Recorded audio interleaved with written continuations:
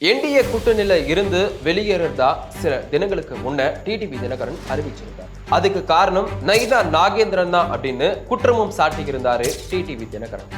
என்ன அடிப்படையில நான் காரணம்னு சொல்றாரு, அவரோட சமரசம் பேச நான் ரெடின்னு சொல்லியிருக்காரு நயினா நாகேந்திரன். இவர்களுடைய பிரச்சனைகளுக்கு 3 காரணங்கள் முக்கியமா சொல்லப்படுது. முதல் காரணம் டிடிவி தினகரனே சொன்னது. நயினா நாகேந்திரனுக்கு கூட்டணி கட்சிகளை கையாள தெரியலன்னு டிடிவி தினகரனே குற்றம் சாட்டியிருக்காரு. அண்ணாமலை அளவுக்கு திறமையா நயினா நாகேந்திரன் கூட்டணி கட்சிகளை கையாளல, ஓபிஎஸ் திரும்பி கூட்டணிக்குள்ள இணைக்கிறது பத்தி அவர் சொல்ற பதில் சீரியஸா இல்லைன்னு சொல்லியிருக்காரு. கூட்டணி எல்லாம் முடிவாகிறதுக்கு பல மாதங்களுக்கு முன்னவே ஓபிஎஸ் தொடர்பா இது போல ஒண்ணு நடந்தது.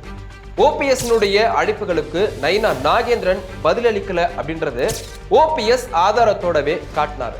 இரண்டாவது விஷயம் இபிஎஸ். மோடிக்காகத்தான் என்டிஏல இணைஞ்ச இபிஎஸ் முதலமைச்சர் வேட்பாளரா ஏத்துக்க முடியலன்னு குற்றம் சாட்டியிருக்காரு டிடிவி தினகரன். இபிஎஸ் கையில அதிமுக போனதை எதிர்த்து தொடங்கப்பட்டதுதான் அமமுக. ஆனா இதுக்கு முன்னரும் 2024 தேர்தல்ல இதே கூட்டணியில அமமுக இருந்திருக்கு.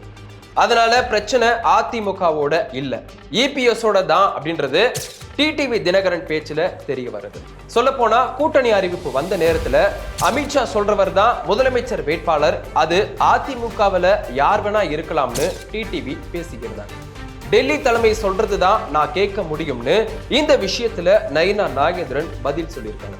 மூன்றாவது விஷயம், முக்குளத்தூர் சமுதாய முகமா மாற போறது யாருங்கிறது தான்.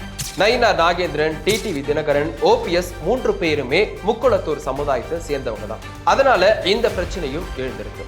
அந்த இடத்தை பிடிக்க நயினா நாகேந்திரன் விருப்பப்படுறதாகவும் அரசியல் விமர்சகர்கள் குறிப்பிடுறாங்க. ஏற்கனவே அண்ணாமலைக்கும் இபிஎஸ்க்கும் இது போல ஒரு பிரச்சனை வந்ததுதான் ஏற்கனவே கூட்டணி உடையறதுக்கு மிக முக்கியமான காரணமாகவும் சொல்லப்பட்டுச்சு. இப்ப திரும்பவும் இது போல பிரச்சனை எழுந்திருக்கிறதாகவும் அதனாலேயே டிடிவி தினகரனையும் ஓபிஎஸ்ஐயும் தவிர்க்கும் முயற்சியில நயினா இருக்காருன்னு சொல்லப்படுது. கூட்டணி அறிவிச்சு சில மாதங்கள்லயே பல பிரச்சனைகளை சந்திச்சிருக்கு என்டிஏ. அதுல டிடிவி தினகரனுக்கும் நயினா நாகேந்திரனுக்கும் இடையே ஏற்பட்டிருக்கிற மோதல் பெரிய அதிர்வலைகளை ஏற்படுத்தி இருக்கு.